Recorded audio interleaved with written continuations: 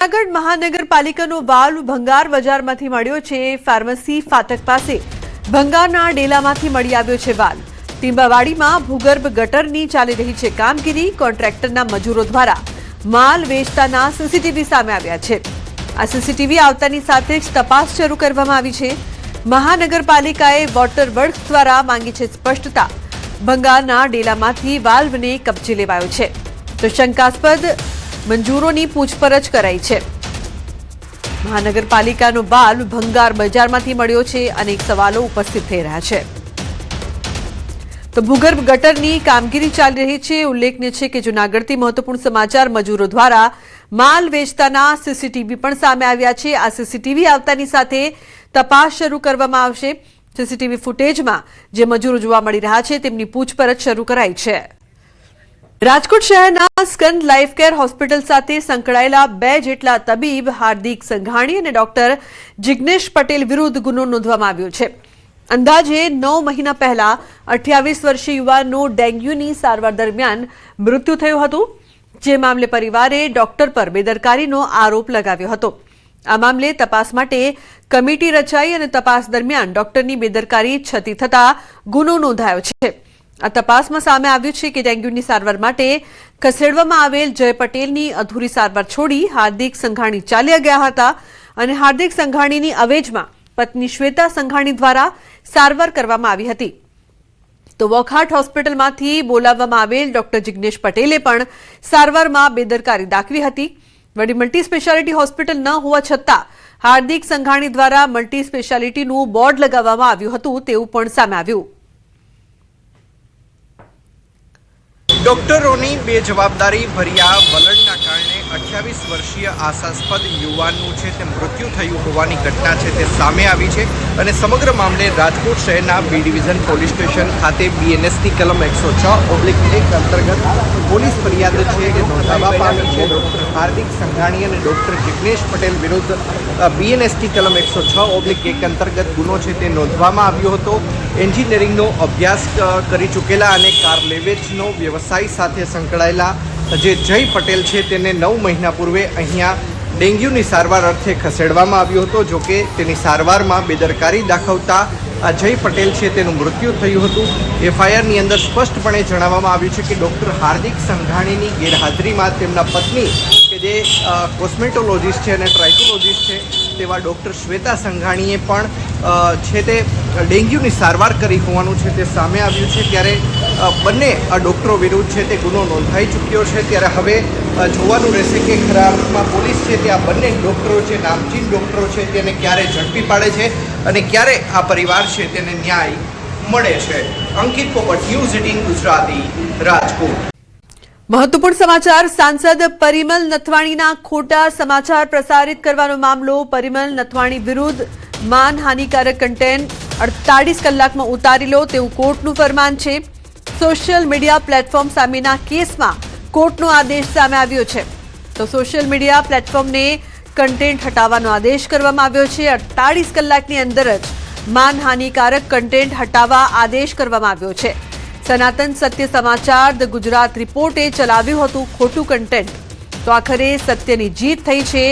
પરિમલ નથવાણીએ કોર્ટમાં 100 કરોડનો માનહાનિનો દાવો કર્યો હતો।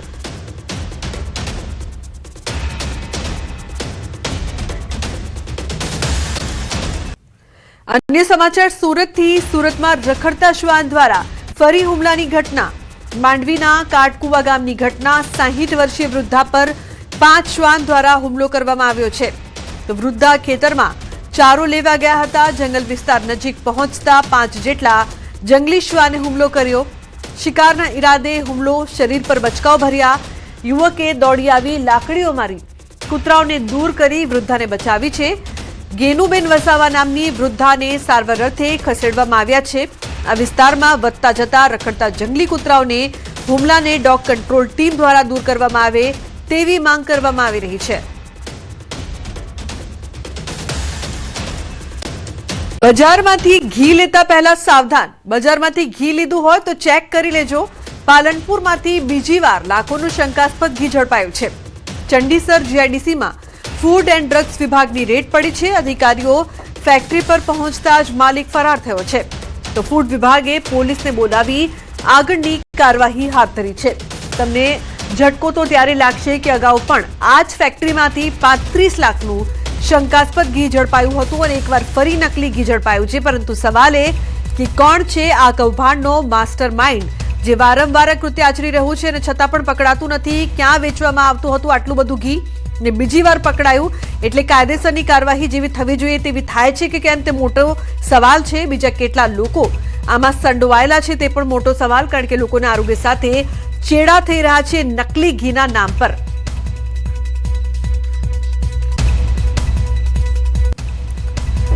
પાલનપુરના ફૂડ સેફ્ટી ઓફિસરોની ટીમ દ્વારા કંડીસર જીઆઈડીસીમાં શ્રી સેલ નામની ઘીનું ઉત્પાદન કરતી પેઢીની તપાસ કરવામાં આવેલી હતી અને તપાસ દરમિયાન પેઢીના માલિક ઘી બનાવતા હોય એવું પ્રાથમિક હતી।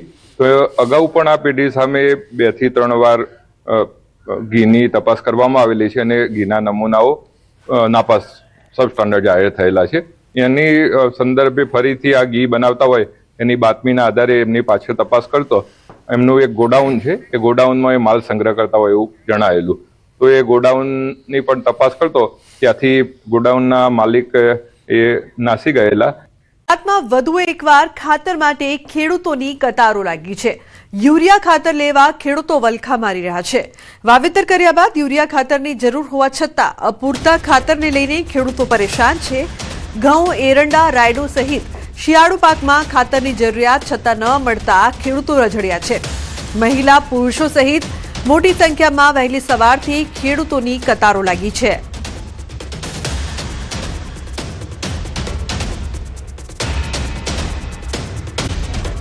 મહેસાણાના વાદલપુર ગામના પરિવારના અપહરણનો મામલો સાંસદ મયંક નાયકે વિદેશ પ્રધાનને કરી લેખિત રજૂઆત। લિબિયામાં ભારતીય દૂતાવાસનો સંપર્ક કરી મદદ કરવા રજૂઆત કરી છે। આંતરરાષ્ટ્રીય એજન્સી મારફતે સંપર્ક કરીને મદદ માટે રજૂઆત કરી છે। તો પોર્ટુગલ જવા નીકળેલ પરિવાર દુબઈથી લિબિયા મોકલી બંધક બનાવાયો છે। કિસ્મતસિંહ ચાવડા પત્ની અને 3 વર્ષની માસૂમ દીકરીનું અપહરણ થતા પરિવારમાં ફફડાટ છે। રાજ્યસભા સાંસદ મયંક નાયકે વિદેશ મંત્રી એસ જયશંકરને પત્ર લખીને મદદ માંગી છે। તો પીડિત પરિવાર માટે સરકાર પાસે સુરક્ષિત વાપસીની માંગ કરવામાં આવી છે।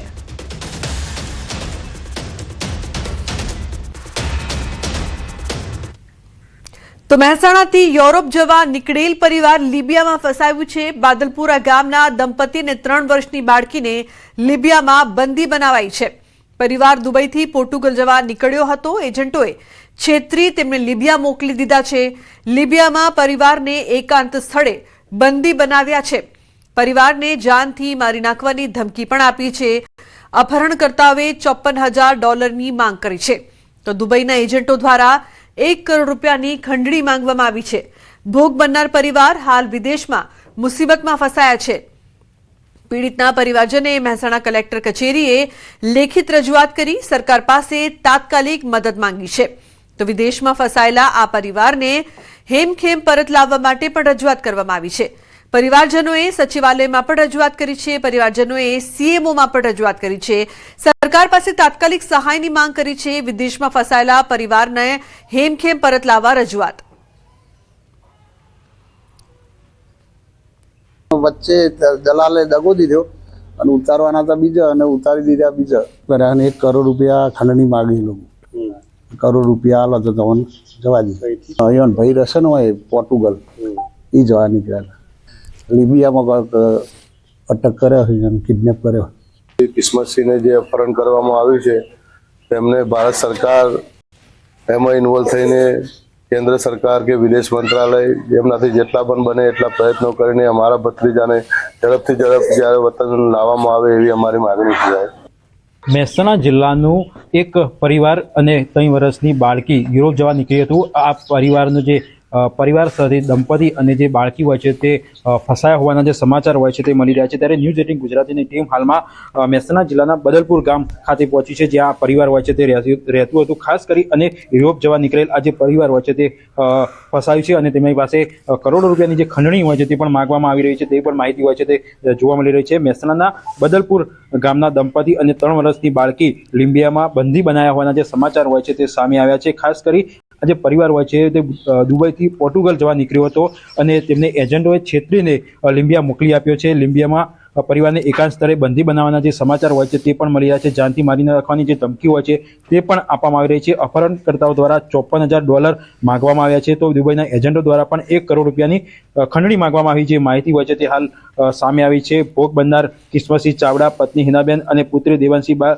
હાલમાં વિદેશમાં મુસીબતમાં ફસાયા છે. જે મામલે હાલમાં મહેસાણા કલેક્ટર અને પરિવાર હોય છે તેમના દ્વારા રજૂઆત કરવામાં આવી છે. તાત્કાલિક જે માંગ હોય છે તે કરવામાં આવી રહી છે. પરિવારને હેમખેમ પરત લાવવામાં આવે તેવી રજૂઆત કરવામાં આવી છે. ત્યારે ચોક્કસથી જે પરિવારજનો હોય છે હાલમાં મીડિયા સમક્ષ કંઈ પણ બોલવા તૈયાર નથી, પરંતુ તેમની એક જ માંગ છે કે જે તેમના જે પરિવારજનો જ્યાં ફસાયા છે તેમને તાત્કાલિક ધોરણે સરકાર મદદ કરે અને તેમને હેમખેમ પરત લાવે, જેથી કરી તેમનો પરિવાર હોય છે તે બચી શકે. તો બીજી બાજુ આ એક કિસ્સો છે, લાલ સમાન કિસ્સો બની ચૂક્યો છે કે જે પરિવારો વિદેશ જતા હોય છે તેમના માટે આ એક ચોંકાવનારો કિસ્સો હોય છે તો કહી શકાય છે. કેતન પટેલ, ન્યૂઝ 18 ગુજરાતી, મહેસાણા.